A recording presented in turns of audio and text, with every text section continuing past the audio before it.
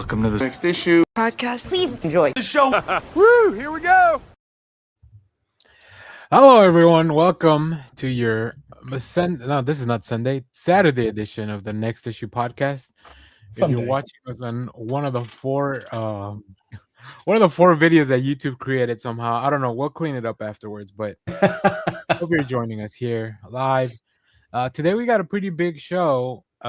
If you have been living amongst us, I mean, there's a lot going on, but specifically to this channel, we're gonna talk about that brand new day Spider-Man trailer. We might touch a little bit on that Dune trailer for a little bit, and then we'll talk more about comic books because man, oh man, Marvel cannot get out of their way. And then we'll talk about some other stuff that might have happened this week, depending on how much time we have. You know, most shows probably, you know, the minutes leading up to the going live are probably prepping and talking about the format. Not here, not at Next Issue. We were discussing the best ways to get free over the airwaves channels. No, there was a lot of talk about formatting, but not the format of this show. Yeah. Hey, and self-hosting your own media so that you can cut. I'm just saying. I am so with Clay on this one. I don't know how many hours there are in a week, but the 2 hours that we can dedicate to this, I'm glad we were able to squeeze in that conversation of like, hey guys. Hey, I could do an episode on Cativa where you self-host your own library of all your own digital books and comics, all the humble bundles you've been buying over the years. That's the key. Yeah, just dump it into a folder and have a mobile reader you could just pull up. You could just pull up all your own content, no subscriptions. I have been looking for another way to not read all the comics I bought, so that's not a bad idea. You'll have a virtual stack next to your bed of unread books now. I like the idea of having they're not on the Humble Bundle website anymore. They're on this other thing, but I'm still not gonna read them because they keep coming out on Wednesday. That's the problem, is that they keep coming out, right? There was that a couple months when COVID first hit that we didn't have new comic books on Wednesday, and I was like, well, the backlog is finally going to get a dent in it. But then we spent all that time baking bread. Oh, man. I never did. I never did. One of the universe's most poignant womp womp moments is when you realize there's something you want to read and you vaguely remember getting it in a Humble Bundle 8 years ago. And you go to download it and you get an error page because it is there. You just can't get it. And then the universe goes womp womp. So that Nelson Muntz laugh at you. Yeah. Before we get going, though, I do want to plug. We do stuff on the channel every once in a while. And for those out there that got to the movies this week, I have a review of Project Hail Mary on the channel. Ooh, it's very non-spoilery, but I do recommend it. I hope you guys get a chance to go because I had a great time. I'm thinking about going again, or maybe Ready or Not, one of those two. Ready or Not too. Okay, well, as I mentioned, we got a big show, big brand new day trailer. Holy moly! Initial thoughts before we dive deep into the discussion. What did you guys think? We can start with Josh. Oh. Okay. First off, I'm excited for it. All right. It's a Spider-Man movie. None of these have been a miss so far in the MCU. This is like Dad prepping me to like giving me bad news. Yeah. Right. Now, your mother and I have been talking. Remember, we love you, and this is not your fault. Yeah. Now, son, what you saw in the dark room, I feel the need to explain. I'm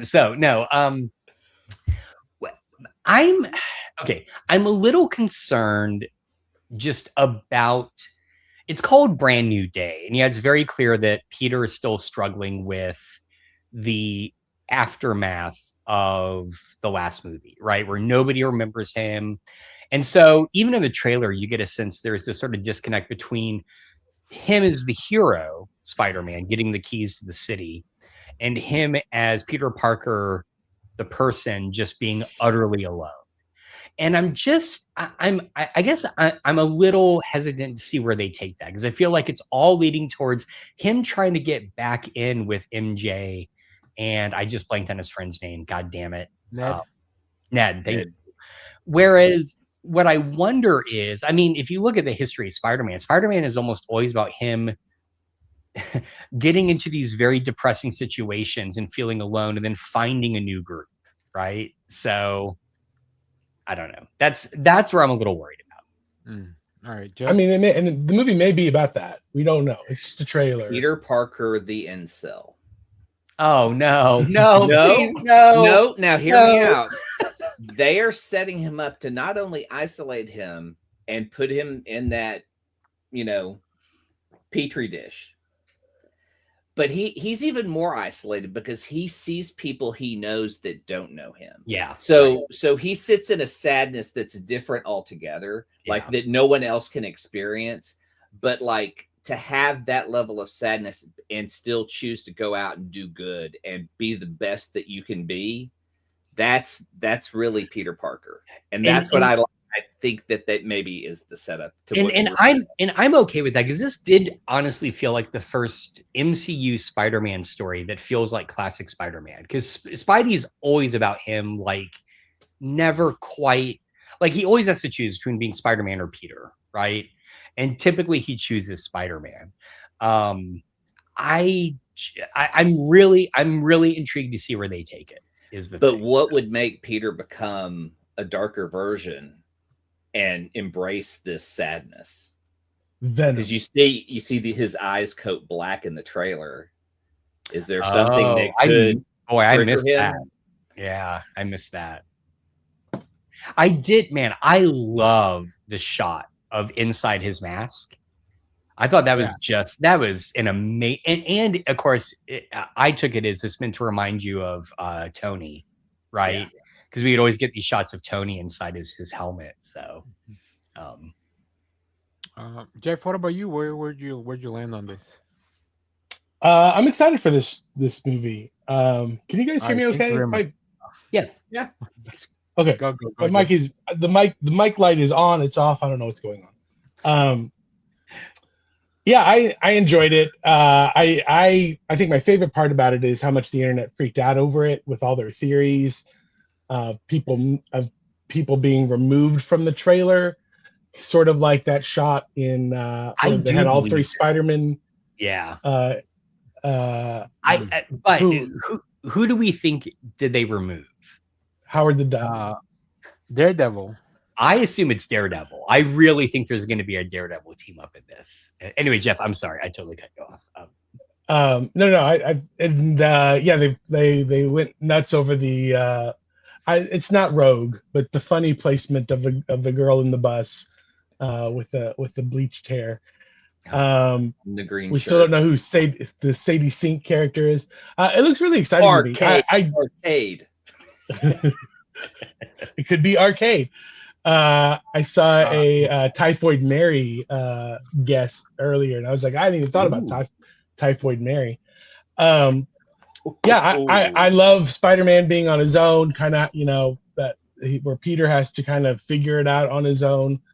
I think it would be funny if he started listening to J. Jonah Jameson's podcast and became a little toxic himself. I'm excited for it. I was starting to get to the point where it felt like being a comic book fan back in the early 2000s when those movies were coming out, where you were just like, please don't embarrass me. Please don't embarrass me in front of my friend's comic book movie. For a little bit there, that's what it felt like. And now they're starting to get good again. And this is the same director that did Shang-Chi. So that's an excellent movie. Yeah. So yeah, I have high hopes for this one. Frank back. Yes. Frank. Does anyone else really want, like, I'm kind of hoping we just entering into the common vernacular is go home, Frank. Like, I just want that to just become a thing everybody says now. I need a little bit more of like how these two have been, because it's been, so there's supposed to be a time jump of 4 years. The director has confirmed that. since No Way Home. And obviously Frank's been through his own stuff. This also takes place after the events of Daredevil season 2, which may be a little bit of a spoiler there, because we do see who's giving him the key to the city is also somebody that's in Daredevil. So man, like I gotta go watch like OG season 2, right? When he first shows up. No, this season 2. The This season 2. Okay, the one that comes out next week. Boy, that is a trailer big out before. spoiler. Yeah, so there's might be a lot of scrub. I feel like there's more than just a Daredevil scrub from that trailer. I feel like we're probably Kristen Ritter's probably in there. I want to believe. Here's the real question: do we think he's in Daredevil? Do we think Spider-Man's maybe in the last issue or two, or last episode? Final episode. Look at all this empty space. Yeah, I love this more grounded approach, because again, this is no shade at MCU's handling of Spider-Man, because I think again every one of those movies has been great, right? But they threw Spider-Man into a universe where he had to deal with big shit right off the bat. We never got to see him just doing ground level stuff, really, except for like his very brief introduction in Civil War, right? Or I guess Homecoming. And I love seeing him now in this more New York borough-based story. I'm the more we talk about it, the more hyped I'm getting, actually. So how much did you guys miss him, like seeing him do laundry? That's a big one. Like we had, you can't wash those iron suits in the laundry. Raimi did it. I mean, really, they wash themselves. But this is what I was talking about. So this, I forget her name, but she's in Daredevil, Born Again. Yeah. Oh, she's a like Fisk. She works with Fisk in the mayoral office of New York. Yeah. But who knows? Maybe Mandani won the election in this one too. So they recall Fisk. Fantastic. I love it. Anyone. So he's like, oh, I'm a Spider-Man guy, So he seems like he would be a Spider-Man guy. Oh, hey, if they throw in a clip of Mom Johnny shoveling snow with Spider-Man, I am all in. All right. Just a PSA. Yeah. Remember, New Yorkers, you can make $30 an hour.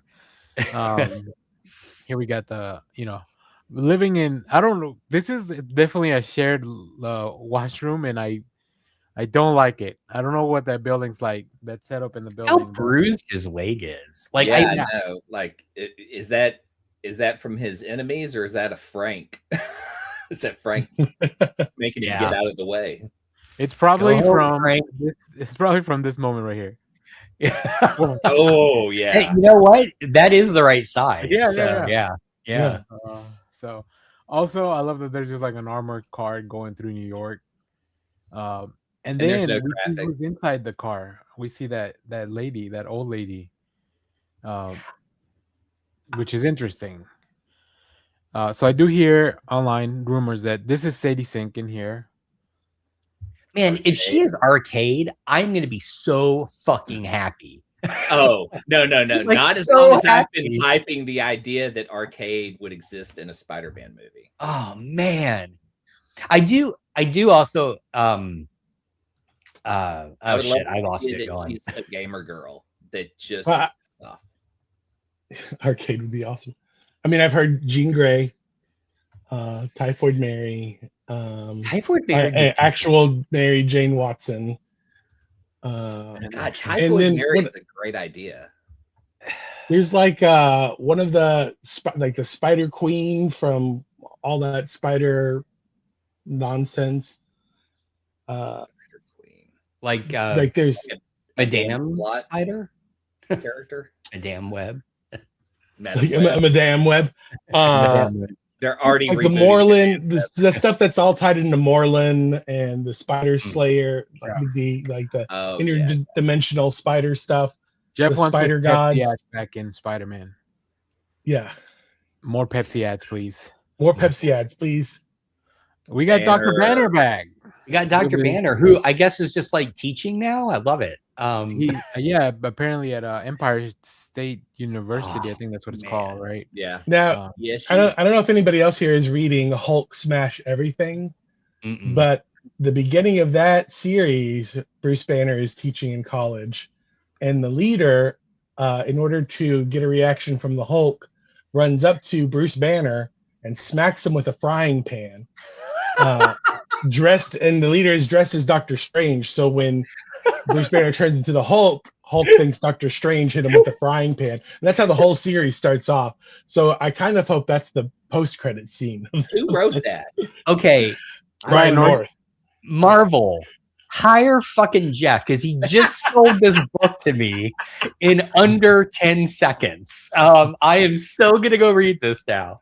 And also, don't cancel that book at issue 5. We'll talk more about that. Yeah, exactly. Well, actually, that one might be a mini series, but It's a mini, so it's done in 5. that one should be well, if still to Danny's point, if it gets to 5. So I do wish I could have been a fly in the room when they were like, who should the villain be? And some fucking nerd said, what about Tarantula? So which probably only us in the room know. I noticed it live because I was watching it when Daniel was live streaming it, and I was excited because I was like, they're recreating the famous covers, and so which is also we only get Spring's first appearance. Like, isn't the next issue the Punisher's first appearance? I swear it is. I have the covers. We can look at the hang on. numbers, but we gotta. I mean, a lot of iconic villains. Spidey villains. Live action Scorpion. Scorpion's back from the first film, right? Fuck yes. So that's very cool. I do not remember him in the first movie. When does he show up? He has the tattoo on the Scorpion. Okay.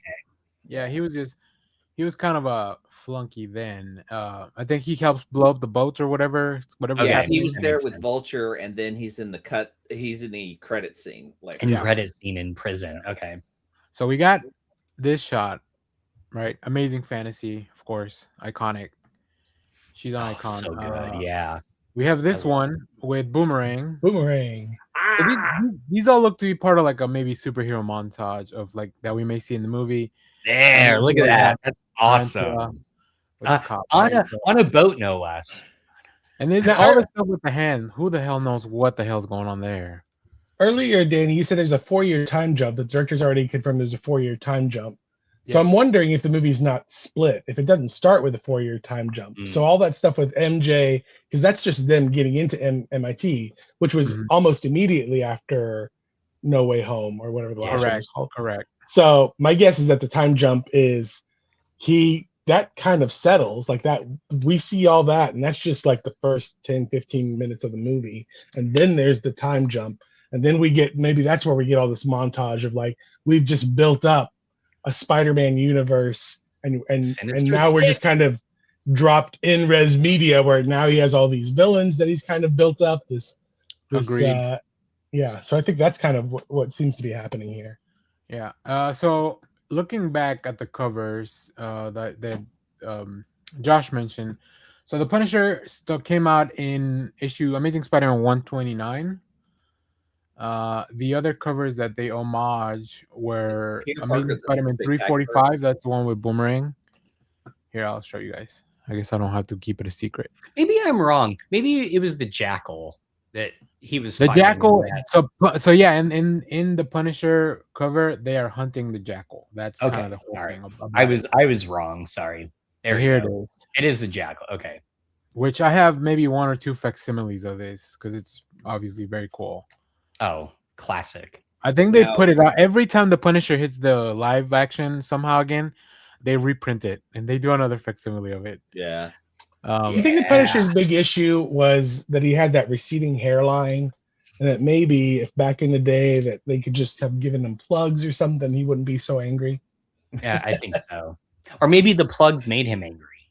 It could be. He only likes to be drawn by Steve Dillon. That's it. So here's the Boomerang cover. That's an Eric Larson, right? Yeah, I think so. Yeah. Based on this, I've never seen that cover before. That's funny. I think based on the Eric Larson signature underneath the knee. And then a main call. Danger is a man called Tarantula. Yes. So this is 134. So there. I mean, it's not too far off. Maybe they were in the same arc because it. Punisher. I seem to remember it was all. It's like late 70s. I feel like it's all around the same time. Yeah, for sure, Tarantula and Punisher are about the same time because even the cover artist is probably the same. Just looking at the style, which I'm not sure who it is. That looks like Ramita, but I could be wrong. It could be, yeah. So Yeah. let us know in the chat how he's wrong. We got some. Which the chat blows up. Let me address some comments. Some real comments we have real quickly. Leonard Kim, of course. This trailer is why Sony is not selling the Spider-Man rights anytime soon. We have Sanju Flynn. Sadie Sink is in Secret Wars. Third billing must be a big character. I think that's what we're all thinking. Jean Grey. The Department of Damage Control is hunting Sadie Sink. Or either Damage Control, which is Tremel Tillman. Playing William Metzger. I'm not familiar with that character. Gotta give that an old Google machine. And then will MJ and Ned get their memories back? I don't think they'll get their memories back, but I think they'll become friends with Peter again. It's that Parker luck. Because she's still wearing the necklace, right? She's still wearing the necklace. So like, why? Which I feel like. And the Magic must have done a lot of hoop jumping to be like, let me explain why you have that necklace that this person that doesn't exist to you bought. So, okay. Can I bring up the comics real quick that Marvel dropped this week? With the trailer, if you go to Marvel Unlimited and redeem the code THWIP26, you get 4 Spider-Man comics. Yeah. Amazing Spider-Man 546. Avenging Spider-Man 6, which has a lot of ninjas and Daredevil in it. Oh. The Superior Foes of Spider-Man #1, which has characters like Boomerang in it. And The Amazing Spider-Man #39, which is the first episode of Gang War. Oh. Interesting. I would have thought they would have done. I've heard a lot of things about the Others storyline as well. For Spider-Man, and I don't know. I mean, maybe not. Maybe that's why that's not one of the things. Question from the chat: do we think Ned turns evil this time around? So Ned's character is supposed to. Well, one version of Ned's character turns into the Hobgoblin. Yeah. I would love to see Ned flying on the Hobgoblin. I really hope not, though. I love Ned. I don't want Ned to turn evil. You know, he's got the. Yeah. Here's the setup then. If MJ or Ned turn evil, which one will it be? Because that other one is kind of, Peter Parker's friend for life if they have that bond. Yeah. But I mean, I would love to see an evil MJ. I'm trying to see. So I pulled up one of the covers that Clay mentioned. This is interesting for multiple reasons. One of those being yes. So the Avenging Spider-Man, it's a Greg Rucka, Mark Waid story drawn by Marco Cicchetto. Oh, nice. Wow. That's already a pretty solid team. Yeah. And as you can see, we got, Frank and Red. So does he call them both Red? Red. Hey, Red. It's funny if he called like, hey, Red, kid, Red kid. Kid, Red, kid. Yeah. They didn't show Tombstone, but I want to ask, did you guys hear Keith Davis? Was that Keith Davis' voice? Because people are saying it's not, and people are saying it is. It sounds like Keith David to me. It sounds like Keith David to me. I want this so bad. Yes. Oh my God. Please let Keith David be Tombstone. Please. He is so awesome. He deserves he would be perfect. Yeah. I'm so excited. I believe they've cast another actor. I forget his name. So like maybe he's just doing the voice. Is it like a Darth Vader situation? Weird, I think. It would be weird, but I could see if they wanted a taller actor. I don't know his height, but Tombstone's meant to be pretty imposing. Yeah. I think that So it's supposed to be. Is there a name? What's an American rapper named Crondon? I think he was in the CW show Black Lightning, I believe. Oh, okay. But Keith David was Tombstone. He was the voice in Tombstone in Spectacular Spider-Man. So like Oh. he's already done it before. So I don't know. If they do it where he's the voiceover and they use a real actor, I hope it's like, what's that Arnold Schwarzenegger movie, Conan or Tarzan in New York or whatever, where they just literally overdub his lines. Yeah. But you can tell he's saying the lines. It's just really poorly overdubbed. That's what I want out of this movie. So we are skipping a big part of, I think, the trailer, and I'm gonna credit Sanju here in the chat for bringing it up. That. Which is apparently Peter is transforming. What's the up down on Man Spider showing up? Are we gonna get multi-armed Peter? I think Josh meant the over under. He's not over under. Yeah, clearly I never bet. I would know that. It's not called the up down. This is our spot by DraftKings. Join DraftKings. DraftKings. We don't three like free up down. Get 3 free up downs when you use the coupon code. Use the coupon code. Josh is an idiot. Our coupon code is NIP. Josh likes sports. That's the code. Yes, exactly. I'm a big sports ball fan. Man, Keith David has tons of superhero credits. Yeah, he has done Dark Side. Well, he's got an iconic voice. So like he's Mr. Bones in Stargirl, like Grimlock on Transformers Earthspark, Bass Reeves in Gremlins, Mephisto in Hitmonkey. So he's already in the Marvel universe. I mean, thank you, Leonard Kim. Congrats on being a gambling degenerate. His first TV credit is Mr. Rogers' Neighborhood. What? Oh, That's really? amazing. That's cool. That's cool. So yeah, what do you guys? I mean, I like the organic webbing in the Raimi films. I thought it was fun, and it also like kind of did away with the whole. Well, now I gotta invent my thing. But then when Andrew Garfield did it, I was like, oh, that's also cool. So I'm fine with it, especially in the way it seems like they're explaining it in this movie. I never liked it in the Raimi films because my understanding is Raimi thought, oh, Peter is just, how could a kid invent like web fluid? And I'm like, that's the whole point of Peter. Yeah, he's that's a his smart ass kid, right? Who can do this shit. And so let me defend Raimi a little bit. Because I think you maybe so James Cameron originally did a script for Spider-Man that was supposed to be with Leonardo DiCaprio. He's the one that brought in the idea of the organic webbing. So oh, really? I think that's what that might be it. So then when Kepler, I believe the writer's name, I forget the writer's name of the Raimi films, but when they brought him in to do the script, they kept stuff from the James Cameron script. So one of those things was the organic webbing. All right.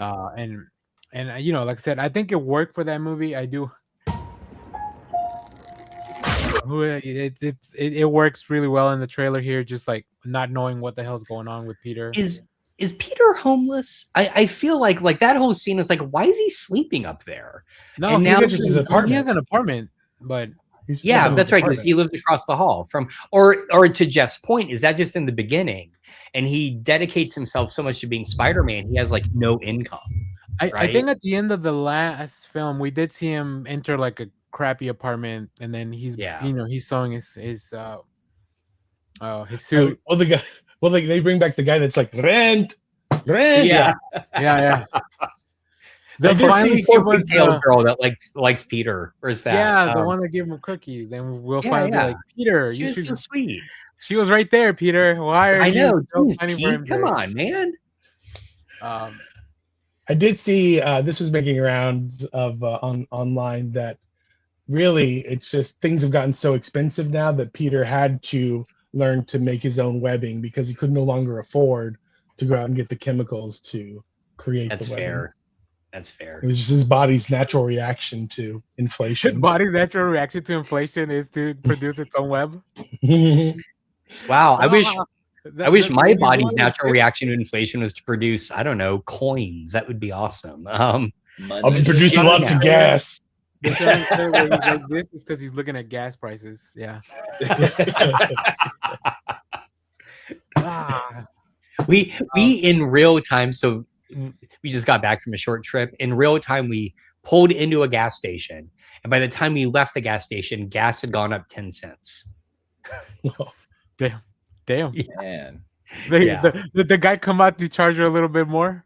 No, he didn't. But we both, like, my wife is like, wasn't it like 320 when we pulled in, and now it's 330? I'm like, God, I think you're right. Like, it was. I weird. mean, depending Josh on which. driving the Fury Road of Texas. Depending Man, on I what, am badass with the flaming guitar. Let me tell you.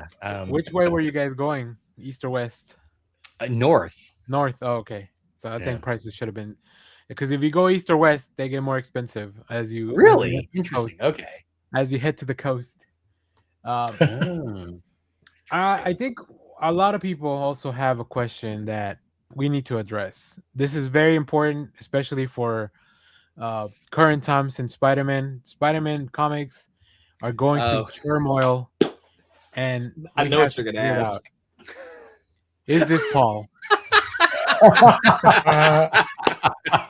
Can Is we this hate him? Freaking Paul. Is this freaking? I genuinely, when that split second of him, I thought it was Flash Thompson for just a split second, and I was like, Tony Revolori? yeah. If they've CGI'd out the ponytail for that scene, then it's definitely like when we get to the movie and he has a ponytail, I'm like, that's Paul.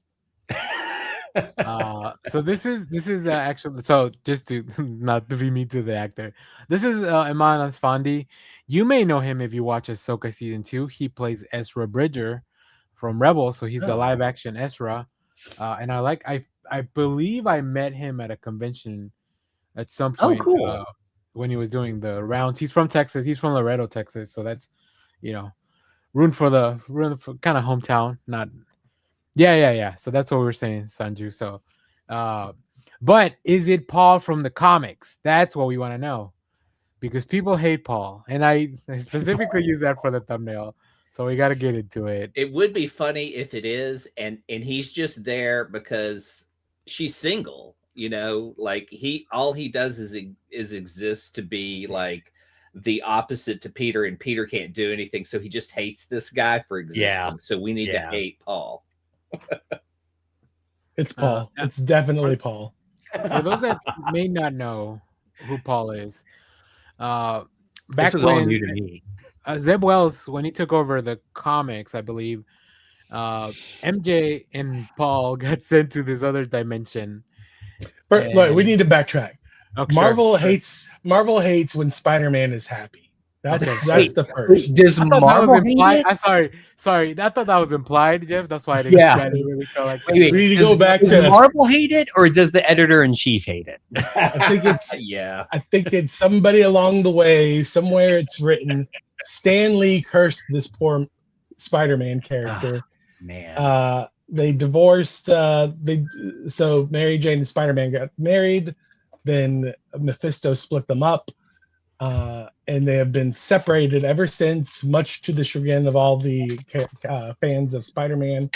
And not only will they never put them back together again, but Zeb Wells has since introduced Paul. It's even just a gross name to say, Paul.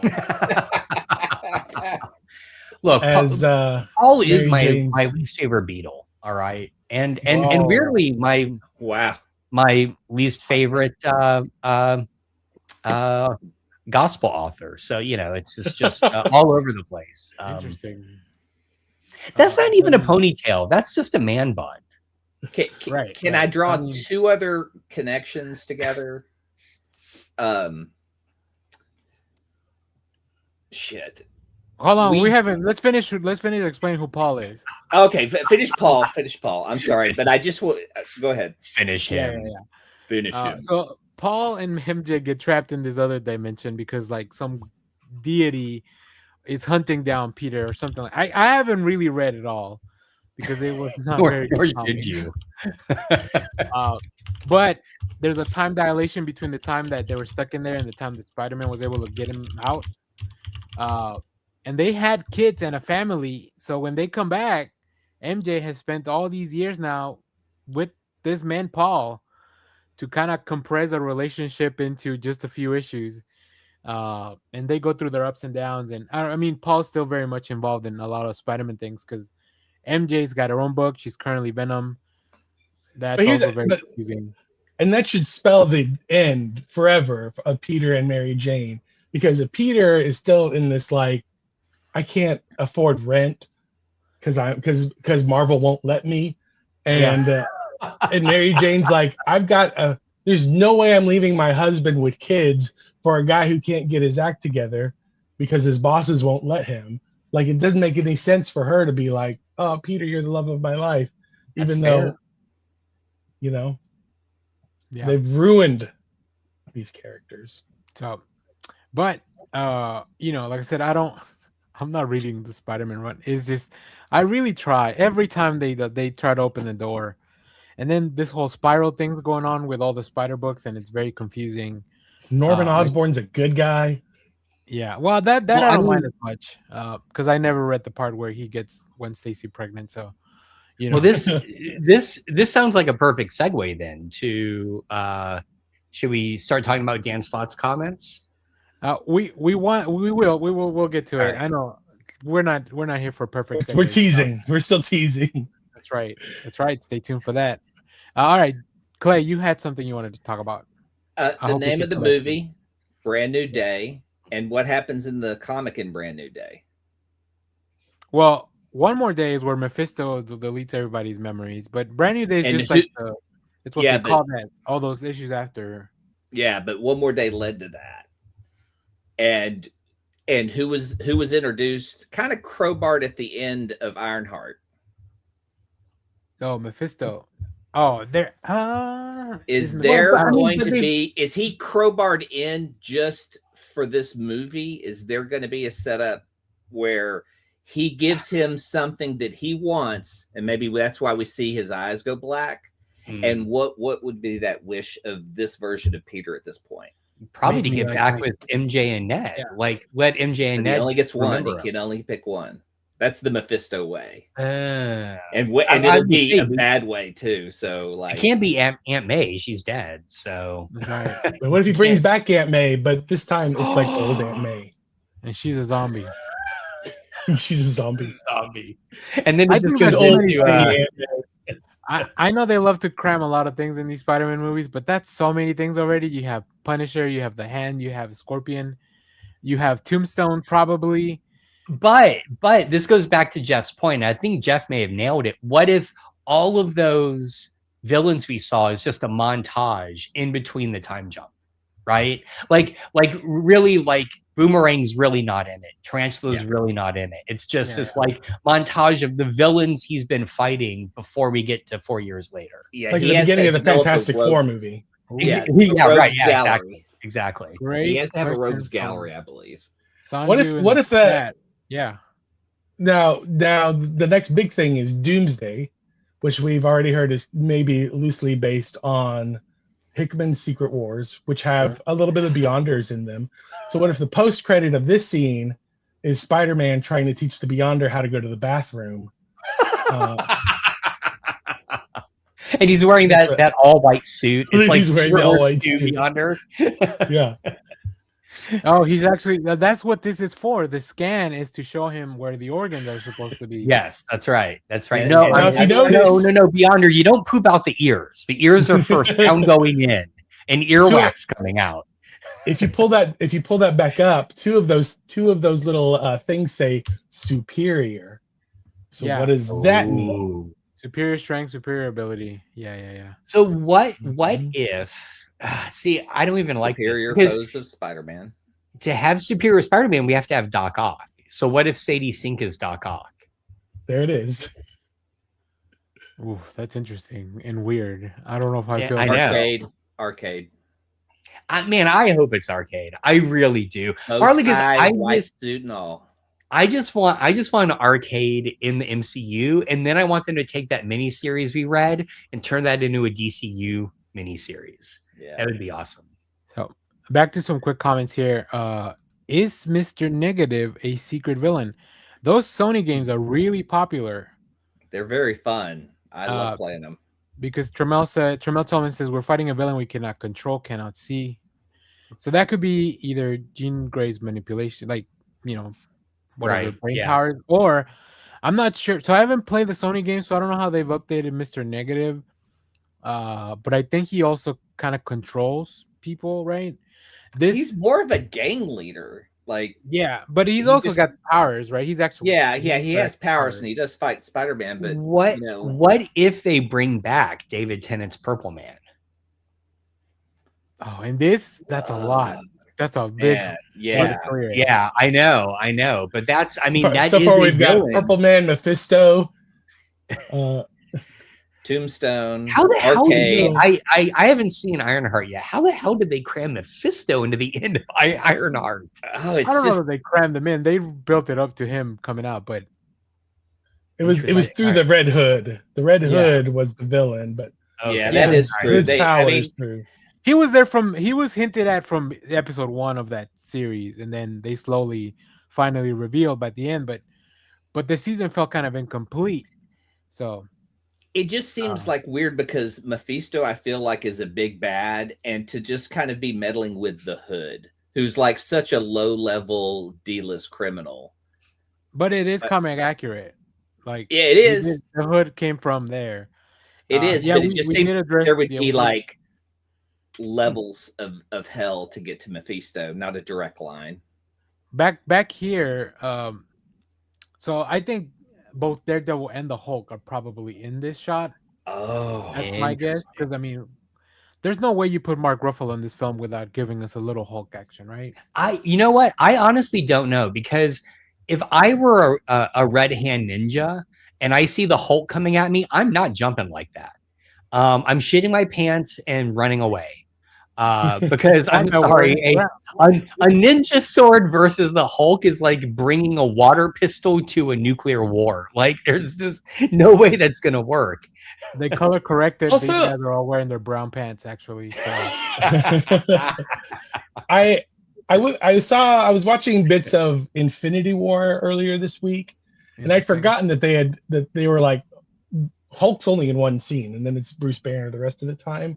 And I think it's because, and I remember like all these people talking about it after the fact, and they were trying to get to some kind of psychological reason as to why the Hulk wasn't in that movie. And I was like, oh, it's budgetary, like no psychological at all. They just didn't want to throw the CGI into it when they were going to do it in the next movie, because he's all over the next movie. So I'm like, I don't know if he is going to be the Hulk in this movie. Maybe for one scene, but I think they need the CGI to do the Hulkbuster anyways. But I don't think it's the same thing, because if you go back and look at like the very end scene where it's Mark Ruffalo in the suit, like after everybody's kind of been snapped away, I'm like, that's some really bad CGI, whatever. Literally, it looks like an overlay. Like they just have like the Hulk armor just kind of laying there, and then they just kind of paste it. Shot it on an iPhone in a car with a green towel behind him. Hey, Danny Boyle shot the whole 28 years later movie with iPhones. All right, so it's not the camera; it's the people behind it. It's the storyteller. That's right. I want to kind of start wrapping up here because we do want to talk about other things. But one of the things the reason I think a lot of people are behind this whole Sadie Sink being Jean Grey is because if you guys remember the 90s cartoon on Fox, when Spider-Man does mutate and start growing extra arms and stuff and starts turning into Man Spider, he went to look for help from the X-Men. Now, because it's mutation. Right? Because mutation, and so maybe MJ, and then maybe MJ, maybe Jean Grey is the one that's like being trapped by this agency or whatever, or the Punisher's helping out or trying to help her escape. And then maybe she'll help him out, like, oh, sorry, you're not a mutant or whatever, something. I mean, it does a bit in that there's something that's very similar in that, because Spider-Man teams up with the Ultimate in the Ultimate comics, the first iteration, Like he goes to the X-Men really early on for a reason too, and then he and Jean Grey kind of have a thing back and forth. I thought him and Kitty did. Well, him and Kitty did. Okay. There's this fun. I mean, like they're not a thing, but they have, Ladies like, love Peter Parker. That's what I'm hearing. Ladies love Peter Parker. All right, so And then I think in the original like 70s cartoon, like that's how I got introduced to the X-Men, because I was watching Spider-Man and His Amazing Friends. Oh yeah. And then there was that episode where he had to go to the X-Men. It was mostly because of Bobby or whatever, but It was because of Bobby, yeah. And Sadie Sink not being Starfire feels like a missed opportunity. Yeah. To give him new friends. And Bobby Gray. So Like, yeah, so You could roommates introduce the and X-Men via Eddie. Bobby. So here's an interesting thing, because they keep saying the X-Men are going to show up, right? So let's reimagine this. So Sadie Sink plays Jean Grey.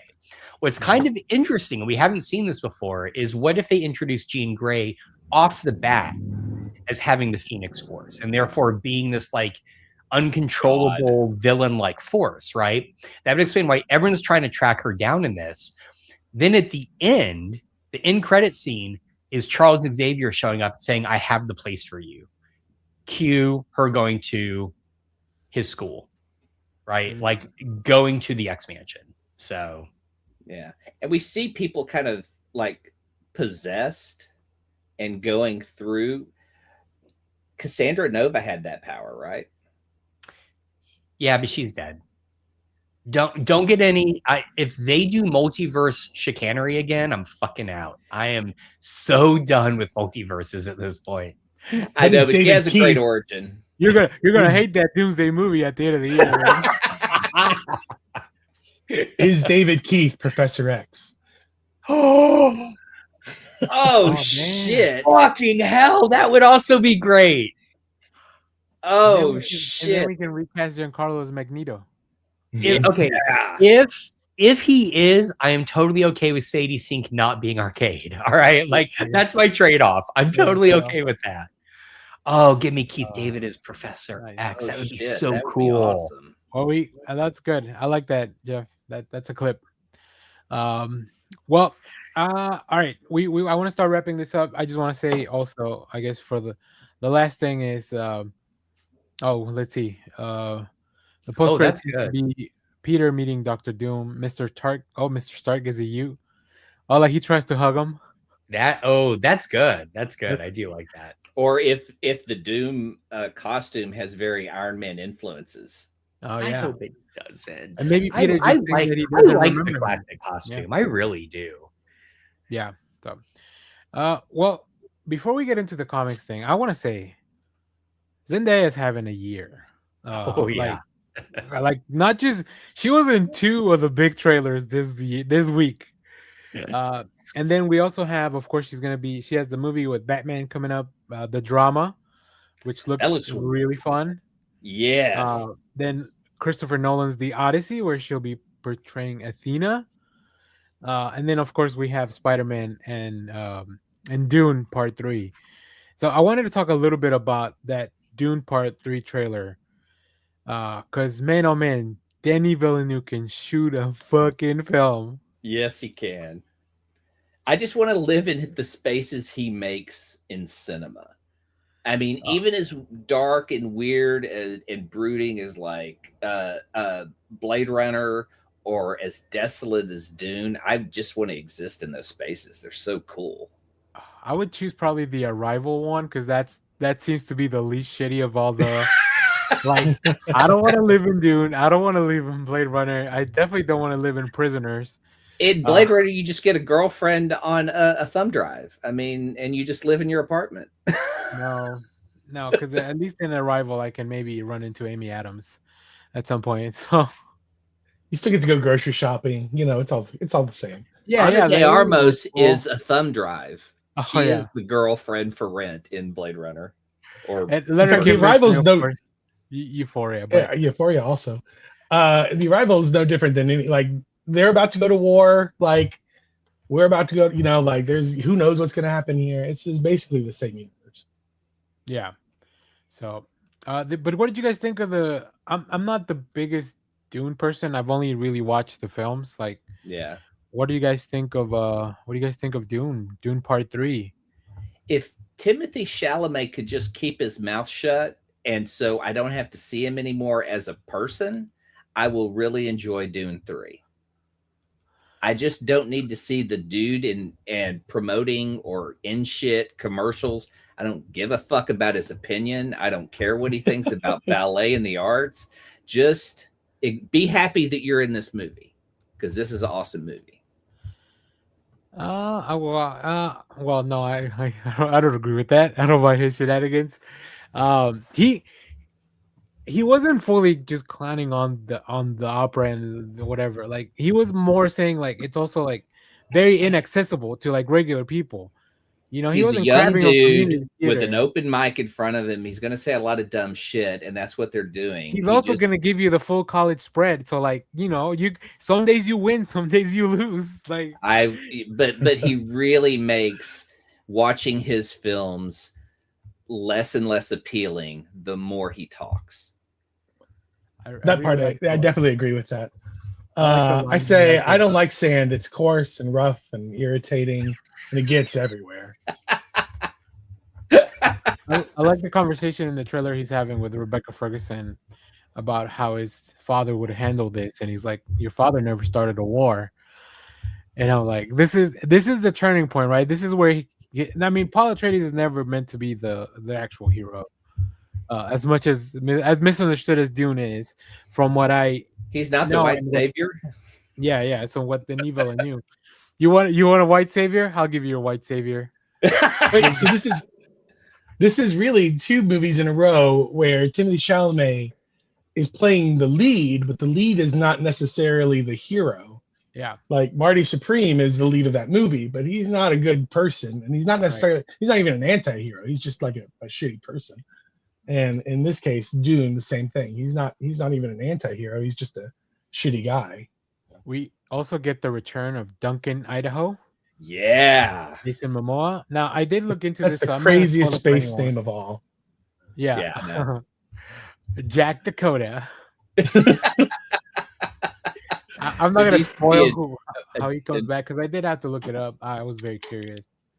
But it's very interesting. Herbert Dune. Be a Dune Herbert, name generator. Frank so Herbert. We all get our own Duncan, Idaho names. Yeah. Frank This Herbert. is a stacked cast. Is this cast more stacked? There's a lot of stacked cast coming out. So Dune is a stacked cast. The Odyssey, that's a crazy cast. Yeah. Doomsday is a crazy cast. Yeah, I think we need to start prepping for our draft. Our movie draft. Not that we got these big trailers.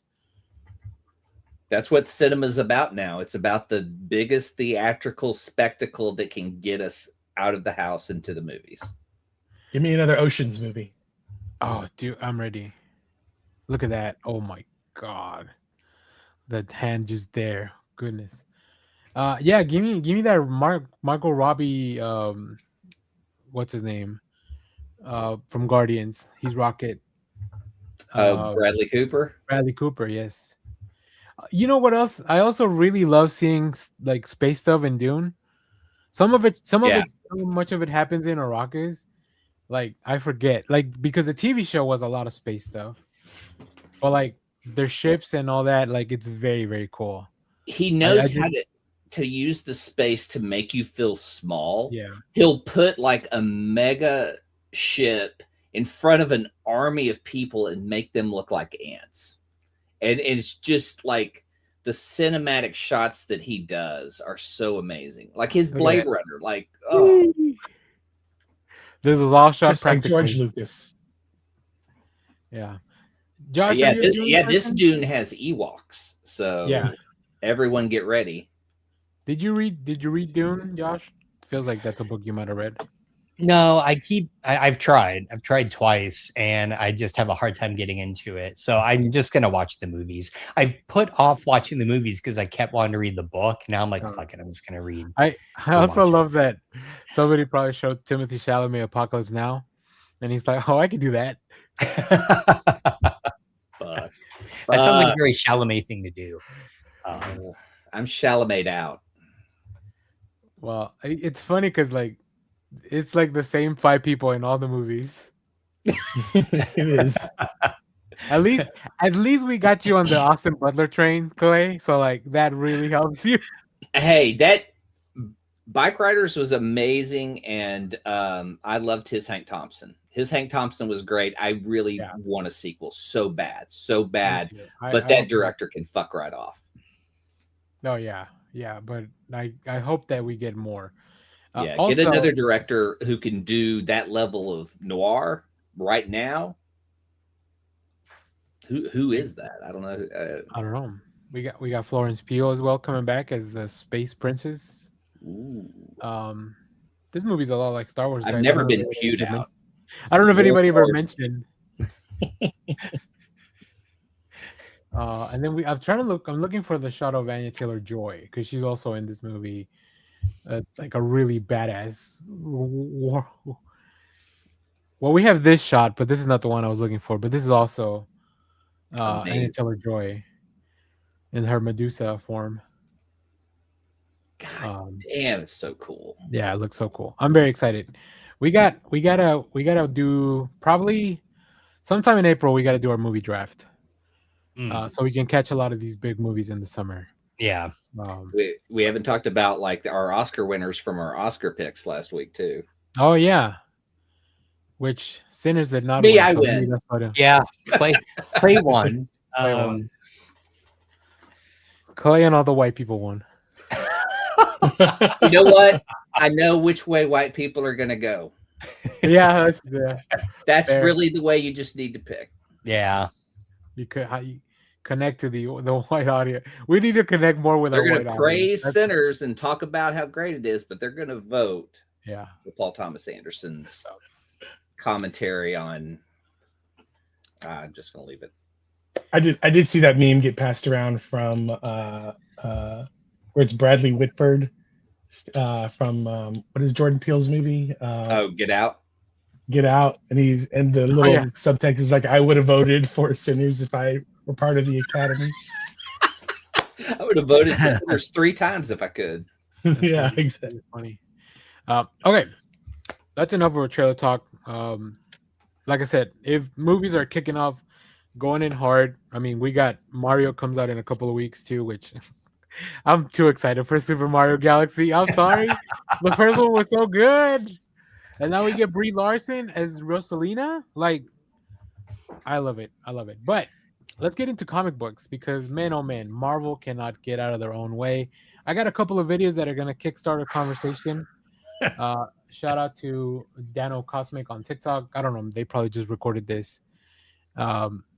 Again, we can talk about it. Yeah, don't worry. That one, lucky for you, that one's supposed to end at 5, Clay. Yeah, I know. Okay, let's see. So we have this video. Hold on. We can do it like this, maybe. Or like this. Yeah, there we go. Let's do this one. All right. So Dan Slott was on a podcast, and then whoever this person on TikTok was recorded. I don't know. That's where I got it from.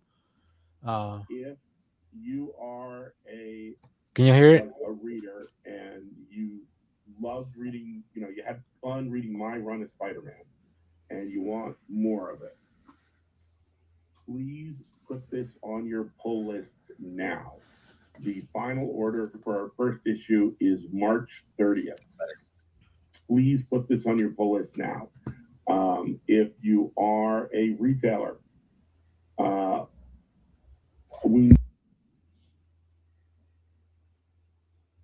I can't hear it. Yeah, it just dropped. Oh, you couldn't hear it? Oh, maybe you were only hearing it because it was on my microphone. Hold on. Yeah. How do I share this that y'all can see it? All right, give me a second. Well, all right. So we can paraphrase. Yeah, Jeff. So can you do that while he's saying is Marvel is basically their production schedule is you get 5 issues as a writer, 5 issues to get your book sold, and if everybody knows that number 1 sell really well, but by the time you get to number 3, if 3 drops below a certain level, he never says what levels, that Marvel's like, we're canceling you by 5. So everybody gets 5 issues to kind of like see if the series keeps going. And so as a writer, you know, you have to start telling your stories. It's not just for the trade anymore. Like your whole thing is just 5 issues, and then you don't know if you get to keep going. You'll find out by 3. You know, hopefully you get passed on to, and then you get then you'll get to 10, and then if your things drop below a certain number by 7, then you end at 10. But if you can keep going, now he doesn't really get into if that is the case across the board, because there are a handful, there are not many Marvel comics that are up there in numbers. Fantastic Four is one of them. And even that got rebooted.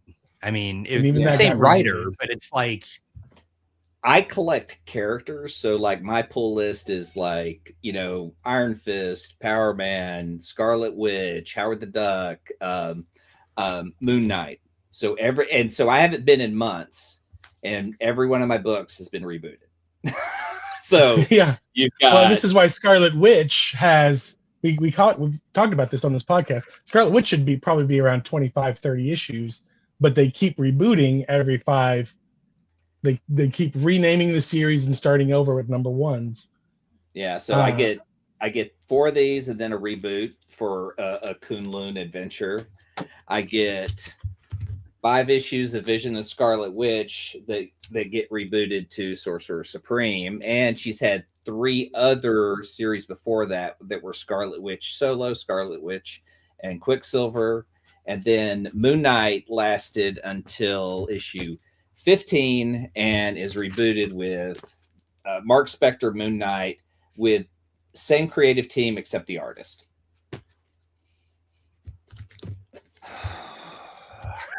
Did you get it?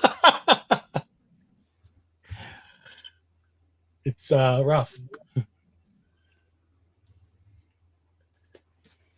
And Steve Orlando's been writing Scarlet Witch this whole time. You are a reader, and you loved reading, you know, you had fun reading my run of Spider-Man, and you want more of it. Please put this on your pull list now. The final order for our first issue is March 30th. Please put this on your pull list now. If you are a retailer, we know you're going to order issue number 1 well. No doubt. Everyone always does that with number 1. This is me talking to you. I need you on issue 2. You know, when it's time to put in your orders for issue 2, I need you to order this like you're ordering your Dan Slott Spider-Man comic for issue 2, instead of like, hey, there's like 12 other books with blind bags and I'm going to put all my money into that.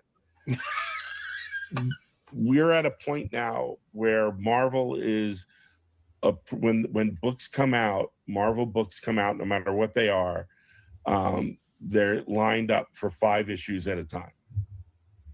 And what that means is, if you don't support the issue 2s and 3s, these books will go away by issue 5. And then I also wanted to share this one. This is Stephanie Phillips, who's gonna write the next Daredevil. So like, you know, like she should have a lot of. I mean, there's a lot of books that she's doing, and she deserves more than 5 issues to tell any story. She's awesome. Yeah.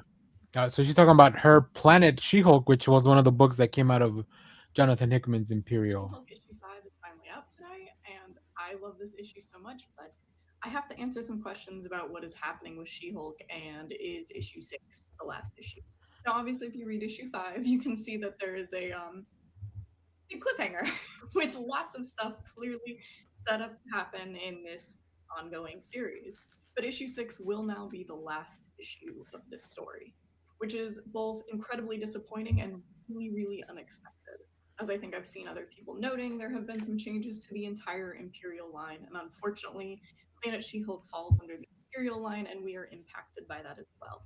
So while this is not the best possible outcome for what any of us were hoping for, what I can say is I really love issue 6. I love how it turned out. The artwork on it is incredible, and Aaron has been such a phenomenal partner for this entire series. I've seen things like cosplays of She-Hulk in her gladiator armor, and I've interacted with a lot of you who are reading the story and really enjoying where it's going. And not for nothing, I love She-Hulk. She's one of my favorite characters. She's smart, she's complicated, she's funny, and getting to put her in the situation that we did and roll this crazy fantasy world around her legal abilities and her smarts and also her just badassery, so much fun. Thank you so much to everyone that has been reading this book and picking it up along with us. I'm honestly really, really proud of it. I think it was so much fun to make. And Jen's voice is one of those characters that I just clicked with from panel 1, page 1. I was just on the same page with Jen. I don't know if we will ever get to revisit this, but I want to thank everybody for picking up Planet She-Hulk and for giving us a chance to tell even a piece of the story we were hoping to tell. And I did my best in issue 6, and I can tell you Aaron has done way more than his best, and Emilio Lazo, who has come to join us on issue 6 artwork as well. It looks phenomenal. Not sponsored. So yeah, like I don't know, man. I don't know. It's not the house of ideas anymore. It's the house of just cutting costs. There's no innovation in any business anymore, and especially comics, because they can't even have writers like Jonathan Hickman finish the jobs that they start. Like he had X-Men, didn't finish. He has Imperium, didn't finish. Like I don't understand why they would give him stuff a second time after not finishing what he started the first time. You know? Yeah, I don't. Other than they just throw buses, all those books. They just throw buses of money at him. And if I were Jonathan Hickman, I'm like, yeah, sure, I'll do it. And I don't fault him for that at all. But this is very, very, very corporate of Marvel. So if you've ever worked in any kind of corporate situation, this completely makes sense to me. It's devoid of any creative thought. It is all about profit now. But Jonathan Hickman's one of those writers. We would never have gotten his Fantastic Four run. We would never gotten his Avengers run under this kind of scrutiny. And even now, like you hire Jonathan Hickman, you tell me Jonathan Hickman and Greg Capullo are writing a Wolverine book, and I bought the whole thing, and I'm just like, it was a 5-issue. It was a shitty version of Old Man Logan. Like it was fine, but it was just when you compare it to what else is out there and what else those two creators are capable of, I'm like, what is this? What is this? And Hickman's going to do another 5-issue thing, because anytime they put him on something that is supposed to be big and encompassing, like the X-Men and Krakoa, again, they were like eating up the profits when it was hot, and so Hickman couldn't finish the run, and then once he left, all that creative energy was gone, and the whole thing just kind of fizzled out. They bring him in for Imperial, they don't let him finish the run. They bring him in for Ultimates 2, they don't let him finish the run. Like, I don't understand what they're doing at all. Like, everything's an event now. Like, look, Gail Simone, I feel like could have had a very long tenure writing X-Men. And they had a lot of great writers. They had rebooted that thing, and I was on board. And then, we're going to cancel. We're going to restart again. And I'm just sick of it. It's just like, it's always for new readers, but it's always canceling something that's building to something, and we have to start over. Well, and so, all right. So on one hand, what Slott and Phillips are pointing out is what I've been seeing as somebody coming back into reading monthly comics over the past 5 years or so, right? And that is, you guys have heard me on the show bring this up. It's like, why is everything 5 or 6 issues now, right? Like what happened to just, this is the Spider-Man book, and here it is. And so what they're describing seems to be across the entire industry. I mean, the oddity now is a book like Fantastic Four or Saga, where it's like, we're just going to let it run, And even with FF, like we said earlier, they did reboot it. I think the thing that bothers me is and again, I don't know if this decision is Cebulski, the EIC. I don't know if it's higher up in corporate Marvel or Disney. What. It's what? Is it coming from the mouse? Yeah, right. But they need somebody steering the ship who has the idea that the original Marvel team had. Stan Lee always implemented that every issue could be somebody's first. So rather than constantly having these storylines where they pick up and then they die down, they pick up and they die down, they pick up and they die down. Here's another issue 1. Just give us a fucking running series and have the first page, and they do this anyway, be like a recap, right? So that if that is some person's first comic, they know what's going on and they can enjoy the issue, right? Not everything, like I feel like the desire to collect these things into trades has kind of ruined comics, right? Oh yeah, because that's what 5 issues are. It is a storyline for a trade paperback, and it's like, why? I mean, we say this all the time. Why even bother reading monthly comics? How often do we say, I'll just wait for the trade, right? That is fundamentally against the idea of comics as a monthly periodical. And so it's like, maybe we just need to get back to that. Yes, I'm an old man shaking fist at clouds. I recognize that, but maybe that's what we need. I would love to see comics back on a newsstand again. I know that's never going to happen, but that's how so many people discovered comics back in our day, right? You were on a road trip, you walked into a 7-Eleven or a Circle K, there was the spinner rack. Oh, look, there's a comic with this cool character I've never heard of before. I'm going to pick this up, and it's my first issue ever, and it worked. It just worked. I don't know. It drives me nuts how far afield it has come. And we were kind of saying offline, we need the comics industry to treat editors in chiefs like they do sports ball coaches, right? Yeah. How much do EICs need to fail in terms of sales and attracting new readers, while holding on to longtime readers? You can't have both, is the thing. You just can't. So shitter it off the pot. I think DC for right now has cracked the code. They've got other issues going on right now, but they are. I don't know. Like I'd be curious to see what the schematics are for. Like we need this comic to hit these kind of numbers, or we have to cancel, whatever that may be. Because there have been some comics that I've been following from them that they've canceled that I've not been happy with. But their absolute line continues to just soar, and they're going on 2 years of that now, and with no intentions of slowing down. In fact, they're adding stuff to it. But they're really good at turning around and putting them out in trades so you can catch up really quickly. You can still feel the writing for the trades in these little 5-issue arcs, but those 5-issue arcs still are building to a bigger story. Whereas over on the other side, because the creative team has no guarantee that they're going to go beyond issue 5 or issue 10 or issue 15, those things don't build or if they do build, like Stephanie Phillips' She-Hulk, you get the rug pulled out from under you. Or Jed McKay's Nova, they're getting the rug pulled out from under them, and we're never going to get into that story. So as a reader, I'm like, well, why am I even going to try to pick this up if either A, Marvel's going to pull the rug, just in general, why? What is the impetus for me to go and pick that up? Netflix learned this lesson, I feel like. Do you remember when the common presumption about a Netflix original show was it got maybe 2 seasons and then it was canceled, right? Yeah, 1 season. And I feel like maybe they finally learned their lesson.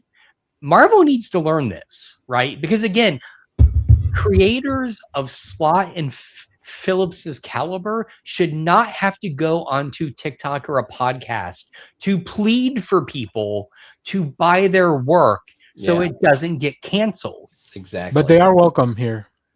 Oh yeah, absolutely. I mean, all the time. But when they're here, I would hope they would be excited to talk about a new project rather than begging a public to, pre-order it so Marvel doesn't fucking cancel it. Like, it Buy just Dan Slott's book so we can get him a ring light. yeah.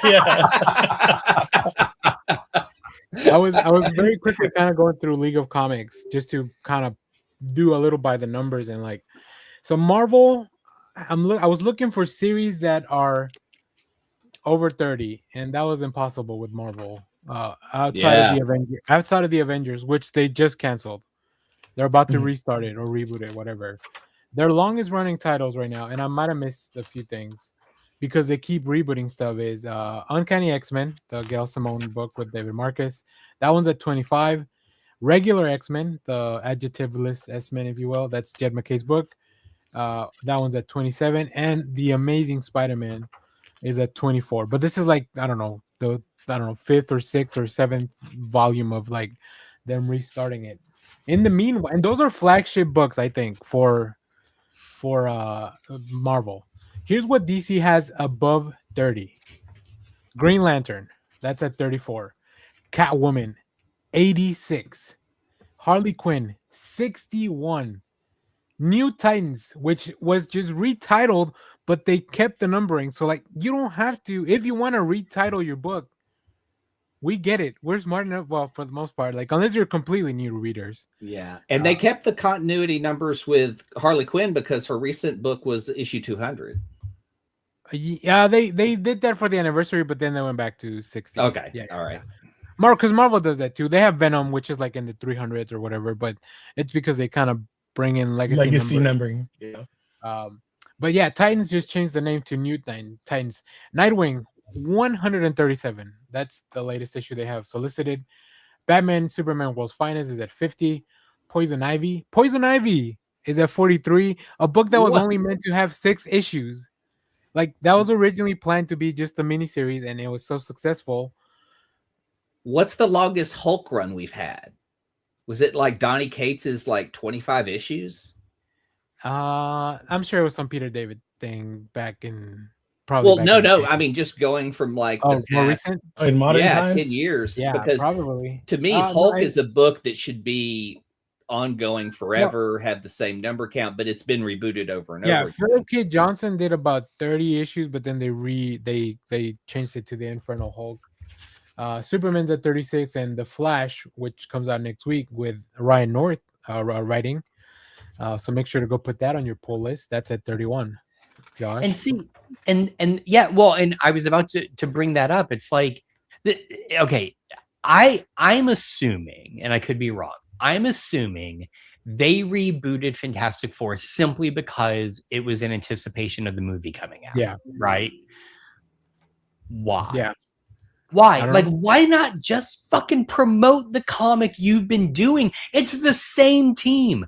Nothing has changed. I mean, except the artist, but like, I don't get it. They are punching themselves in the dick all the time. All the time. It's so infuriating. So and Danny and I had this conversation, I think, last week, because they're releasing a whole bunch of X-Men titles right now. There's a Rogue book, Colossus and Magic, the Moonstar, Cyclops has a book, Bishop's got a book coming out. Again, I'm not like, I picked up first issues on most of those, but you can tell, even though the Moonstar and the Magic and Colossus are kind of sequels to the previous Magic book, they all feel like they are just your standard episode, 43-minute episode of just a random Law and Order, NCIS. Like, it's just background noise is what it is, because it doesn't get a chance to build anything. Like, these characters are like, we solved our mystery in 5 issues, thanks. Yeah, I remember when limited series would be like a character left a book and had an adventure, and you wanted to go read before they came back in this other thing, and it just let them develop that character more, because X-Men or whatever book you're reading is ongoing. So it just keeps going, and you get those not with every relaunch or with every, Also, I guess Cyclops is getting his own book because this was on the back of Marvel. And that's all Marvel advertises in here, is they only advertise their own books. Like they can't sell an ad to save their life, but you can get a blind bag for that Daredevil book that's coming. And I will. And I will. And one ad, the whole book. And it's so basically the only way they're getting money is just from us buying it because they can't sell an ad to save their life. Like I just remember growing up and seeing ads from stores and other places. It seems like you have a lot of place you could sell ads and do something. I wonder if this pulled it off.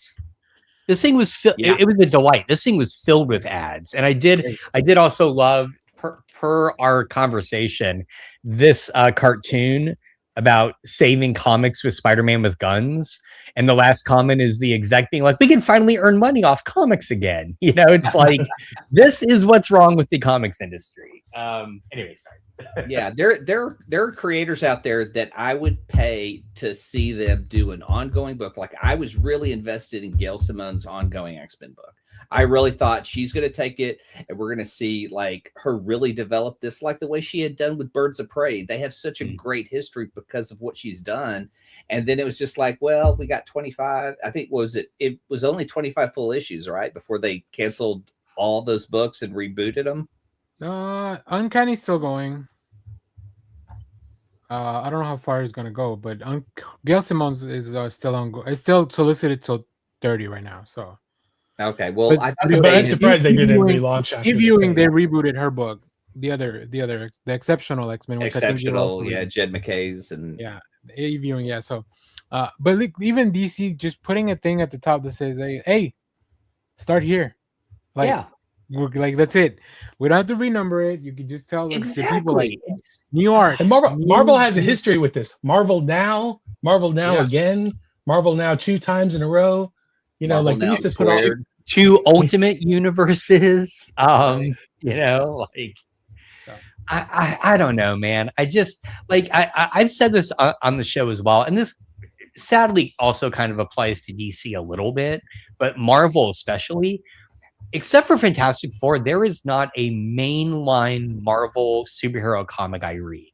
I read a lot of the miniseries. Spider-Man Torn was great, right? That, you know, the Two Thing miniseries that came out recently, I enjoyed those. I like the miniseries, but man, I've bounced off of Cap. That first issue of Zebul's Spider-Man famously annoyed the shit out of me, and I never read another one. I just like, I don't know. I feel like Marvel, to quote the Joker, this publisher needs an enema. It just needs to flush all the like execs out and just bring in entirely new leadership who understand what comics are. That's not a quote I'm familiar with. All right, cool. Oh, Batman 89. Yeah, this town needs an enema. Oh, that's right. Yeah. They again, like I would love to know what the numbers are, because the thing that trips me up is Fantastic Four is not traditionally one of the best-selling Marvel titles ever. Like, people, it's usually one of the ones that's always on the chopping block because of low sales. So it surprises me that's kind of the one that they're letting just fly. Because like normally I find more people that are just like, oh, I can't stand the Fantastic Four than people that love them. So it doesn't make any sense to me. Like, how has that not been canceled according to the numbers, which is what they're saying.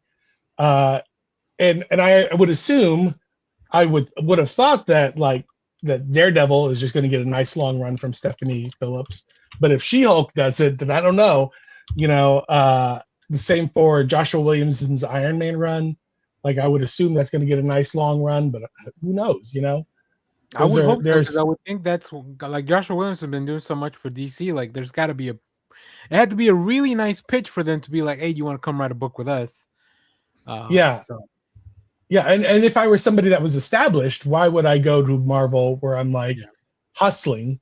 Like, it does. It seems crazy to me that it's Dan Slott hustling. If it were like, if it were somebody that were like just breaking into one of the big two, you know, or just, you know, like a smaller writer who was not established at all, who could have been like, I'm subject to this 5-issue thing, that I would not love it, but it would at least make sense to me in a corporate sense. Yeah, that but makes if total it's Dan sense. Slott, if it's Stephanie Phillips, these are established writers. These are people that should be on top 10 lists of like best writers out there right now. And it doesn't make any sense to me that they're having to fight for their issues. Marvel's overlord should be embarrassed of that Dan Slott clip. Yeah. They should be utterly shamefaced to have Dan Slott saying on camera, if you like Dan Slott's Spider-Man, make sure you pre-order it or Marvel will cancel it. And he could probably, and the thing is, he can probably get away with it. Like if you're somebody, true. But I mean, I'm glad that got pulled and made the rounds of comics news and media, because that is an indictment of Marvel's leadership right now. So yeah, when you see zero innovation, you'll just see budget cuts, because you see people who are creative, in control of a place that really is just a business. And so they're not really doing anything to make the creative side better. They're just making cuts to meet the bottom dollar. And that's it, and that's sad, because like there are a lot of creatives out there who could be doing, great work with this stuff. That's like, when I said I wanted to see more people working on the Planet of the Apes type stuff, like that's the stuff that excites me. I want to see that kind of thing, but I don't want to see a creator put on a book limited to 5 issues and then having to put a video out. Please buy my book. I mean, please, may I have another issue? Yeah.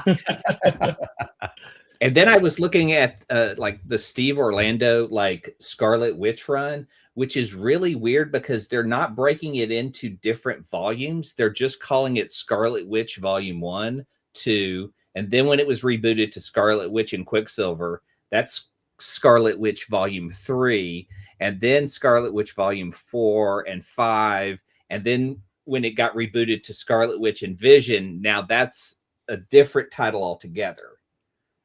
Like they can't even get the volumes right. It's weird. I don't like the way they do their collections. Yep. They got problems. There you have it. That's our comic book gripes for the day. For those who were waiting, we didn't have a Spidey corner. We just did a whole Marvel corner. Who would we? Let's say hypothetically, Marvel was going to hire a new EIC. Who would we want in there, and why should it be Ryan North? I'm really bad at fan casting, so I don't know. I don't even know what it takes to do that job. That's the problem, right? Like, you have to have a good balance of creative and business mind. Mark Waid. That's good. I mean, put Dan Slott in there. Yeah, I mean, I would put Dan Slott. Like, obviously, he, but I don't want Dan Slott to have to go to business meetings. I want him to be creative. Like, maybe I know Mark Waid's had to put up with that bullshit, so he probably knows how to nip it in the bud. Marvel needs to James Gunn, Peter Safran that whole situation and just make it 2 people. Oh, that's good. They were at their best when they had that round table that was like Brian Bendis, Matt Fraction, back in those early Ultimate days, all those creators that came out of that first Ultimate line that they kind of put in charge of the Marvel universe. Going around. Like that was when they had Civil War and World War Hulk and every big event, even though it gave everybody event fatigue, but they all still kind of built on one another. And so it was a really cool time to be a comic reader during that time. So, and I don't know, look, I don't know exactly what all CB Cebulski does, but like they need an EIC that's going to push back a little bit against like mandates, like you got to cut it off at 6 or we're not doing anymore. Like, like those are the things you just got to push back. I mean, that's probably all they can do, right? I don't like I said, I don't know the business, but DC's doing something right. They have multiple lines that are very successful. They just brought DC Vertigo back, which like maybe you don't like every title on the Vertigo line, but you're gonna like something. Yeah. Like the Absolute Universe is a hit, like regardless of what you think. And even the main line with the next level stuff that just launched this week, like you got new books, you got new creators, you got a lot of characters. You probably still need to dig deep and maybe give room to some other characters. That's definitely a conversation that I'm sure they're having. But I think they have a very pretty diverse set of creators working on the books, as well as a diverse roster of characters that they can go to, and very popular too. So yeah, I don't know. I think DC's doing a lot better in the comic book space. Still maybe a few gripes here and there. But I other mean, than that, it's not like I haven't bitched about DC. Like, I still don't understand what All In is and how that is distinguishing anything. But I think the most cogent, erudite comparison I can make is that Marvel keeps punching themselves in the dick. DC keeps tripping over their own dick. So I feel like we really want one of those, not the other. You can't say cogent and erudite and expect me to know what both of those words are back to back, Josh. And then just make it about dick jokes. Yeah. That gives me zero context. You guys just define my humor. I don't know what's going on. But to Josh's point, like DC they are experimenting, they are gambling, and a lot of times that is paying off. In Whereas Josh's Marvel, words, they're putting their dick out there and it's going really well for them. It's going really well for them.